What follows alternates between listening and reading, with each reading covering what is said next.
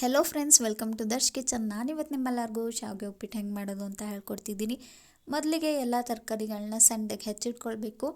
ನಾನು ಬಳಸ್ತಿರೋದು carrot, beans, ಮೆಣಸಿನ್ಕಾಯಿ, ಸಣ್ಣದಾಗಿರೋ ಒಂದು ಟೊಮ್ಯಾಟೊ, ಈರುಳ್ಳಿ, ಕೊತ್ತಂಬರಿ ಸೊಪ್ಪು, ಹಾಗೆ ಸ್ವಲ್ಪ ಕಾಯಿ ತುರಿ. ಎಲ್ಲ ತರಕಾರಿಗಳನ್ನ ಸಣ್ಣದಾಗಿ ಹೆಚ್ಕೊಂಡಿದ ನಂತರ ಇನ್ನೊಂದು ಬೌಲ್ಗೆ ಹುರಿದಿರೋ ಶಾವಿಗೆನ ನಾನಿಲ್ಲಿ ಬಳಸ್ತಿರೋದು. ಹುರಿದಿರೋ ಶಾವಿಗೆನ ಚೆನ್ನಾಗಿ ತೊಳೆದು ನೀರಲ್ಲಿ ಬೇಯಿಸ್ಕೊಳಕ್ಕೆ ಬಿಡ್ತಿದ್ದೀನಿ. ಬೇಯಿಸ್ಬೇಕಾದ್ರೆ 2 ಸ್ಪೂನ್ ಎಣ್ಣೆನ ಆ್ಯಡ್ ಮಾಡೋದ್ರಿಂದ ಶಾವಿಗೆ ತುಂಬ ಹುಡಿ ಹುಡಿಯಾಗಿ ಬರುತ್ತೆ. ಬೇಯಿಸ್ಕೊಂಡಿದ ನಂತರ ನೀರನ್ನೆಲ್ಲ ಚೆನ್ನಾಗಿ ಬಸ್ಸು ತಣ್ಣಗಾಗಲು ಬಿಡಬೇಕು.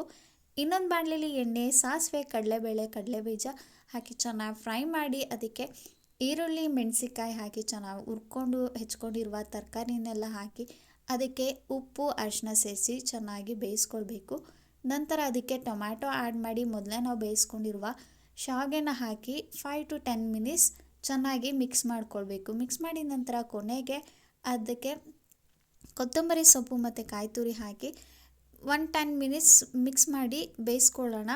ಬೇಯಿಸಿದ ನಂತರ ಸ್ಟವ್ ಆಫ್ ಮಾಡಿದರೆ ಸಿಂಪಲ್ ಆ್ಯಂಡ್ ಈಸಿ ಶಾವಿಗೆ ಉಪ್ಪಿಟ್ಟು ಮನೆಯಲ್ಲೇ ರೆಡಿ.